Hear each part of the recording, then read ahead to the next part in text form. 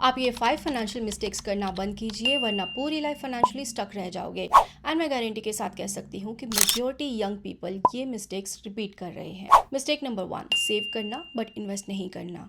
हमें लगता है कि बैंक में पड़ा हुआ पैसा तो सेफ है, बट रियलिटी ये है कि इन्फ्लेशन आपकी सेविंग्स को ख़त्म कर देता है। इन्फ्लेशन को अगर बीट करना है तो आपको अपना पैसा इन्वेस्ट करना पड़ेगा। याद रखिए, rich people don't just save money, they make the money work for themselves. So आज ही अपना डीमैट अकाउंट ओपन करवाइए और एटलीस्ट 500 रुपीज़ की मंथली SIP से अपनी इन्वेस्टमेंट जर्नी स्टार्ट कीजिए। मिस्टेक नंबर 2, क्रेडिट कार्ड का मिसयूज़ करना। स्वाइप करते वक्त तो हमें लगता है कि बाद में देख लेंगे, और बाद में जब स्टेटमेंट आती है तब रियलिटी हिट होती है और फिर से मिनिमम पेमेंट करके हम सोचते हैं कि बाद में देख लेंगे। ये मिनिमम पेमेंट करना एक वर्स्ट ट्रैप है, बिकॉज ऐसे में आप अपनी डेट को एक्सटेंड कर रहे हो, डेट को क्लोज नहीं कर रहे, और जब तक डेट क्लोज नहीं हो जाता तब तक आप अपनी इन्वेस्टमेंट जर्नी स्टार्ट नहीं कर सकते। मिस्टेक नंबर 3, इमरजेंसी फंड ही बिल्ड नहीं करना। एक ऑल ऑफ सडन एक्सपेंस जैसे कि लैपटॉप ब्रेक, जॉब लॉस या फिर मेडिकल बिल, और आप पैनिक सिचुएशन में आ जाओगे। और ऐसे सिचुएशन में दोबारा से डेट में जाने से बचने के लिए आपके पास एटलीस्ट